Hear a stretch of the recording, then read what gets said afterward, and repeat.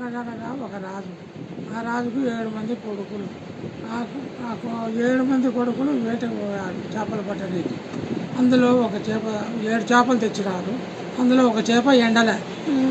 రాజు చేప ఎందుకు ఎండలేదు అని అడిగాడు. అడిగితే అప్పుడు నాకు గడ్డిమోప అడ్డం వచ్చింది అని. గడ్డిమోప ఎందుకు అడ్డం వచ్చావంటే నన్ను ఆవు మేయలేదు. ఆవా ఎందుకు మేయలేదంటే నాకు దూడకు పాలు ఇవ్వలేదు. దూడ ఎందుకు పాలు అంటే పిల్లవాడు ఏడుస్తున్నాడు. పిల్లవాడ ఎందుకు ఏడుస్తున్నావు అంటే నాకు సీమ కుట్టింది. సీమ ఎందుకు కుట్టినావు అంటే నా బంగారు పుట్టలో ఏలు పెడితే కుట్టనా